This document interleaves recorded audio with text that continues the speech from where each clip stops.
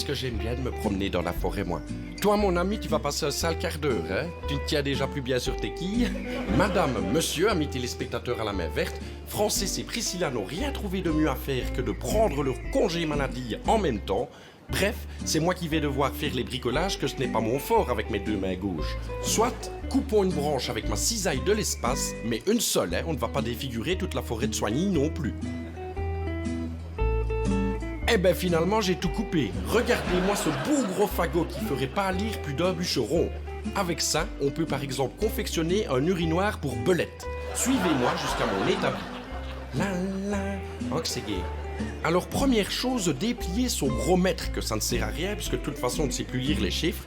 Si comme moi vous avez tous un grand mètre en bois, c'est toujours très agréable de le manipuler. Mais je n'en ai pas besoin, j'ai plutôt besoin d'une scie. Où est-ce qu'elle est? Ah, elle est ici.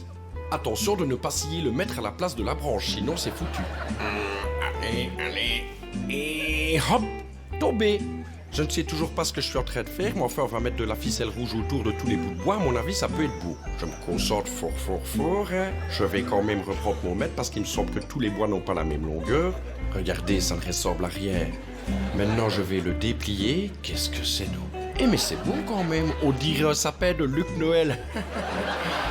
Il ne me reste plus qu'à le décorer à l'aide d'un gros tube de prite. J'y attache une laide petite pomme de pin. Et voilà, elle ne va pas tenir très longtemps, je vous le dis déjà. Regardez comme il a la gueule de bois, mon beau sapin roi des furets. J'y ai mis tous mes fonds de tiroir. Même ces petites rondelles d'orange, mais on peut mettre ce qu'on veut, du chou rave ou du panais, pour moi c'est pareil. Bon, je sais, c'est raté, je sens que ça va encore finir sur mon compost, sûr et certain. On va essayer autre chose. À l'aide de ces quelques branchages, je tente maintenant de réaliser une belle grosse boule. Mais bon, c'est plus facile à dire qu'à faire. J'ai beau en rajouter tant et plus, ça ne ressemble à rien du tout. Je suis vraiment un gros empoté, je ne sais rien faire de mes 9 doigts, depuis que j'en ai perdu un en taillant ma haie. Allez, au feu.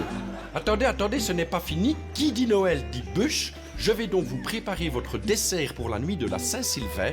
On va même en faire deux. Comment, me direz-vous? À l'aide de cette hache, mais que je positionne calmement avant de saisir un petit marteau. Ensuite, je maque dessus comme un bœuf. Et ça nous fera deux beaux desserts. Un pour moi, l'autre pour Francis, qui s'en pourlèche déjà les bobines. Alors mon cher Luc, pour ces deux bûches dont tu es si fier, je te mets un double 0 pointé. C'est quand même pas possible d'être aussi maladroit.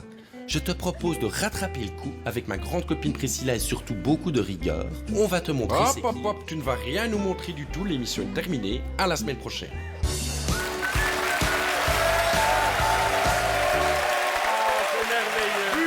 Bûche et loisirs que vous pouvez évidemment partager sur les réseaux sociaux.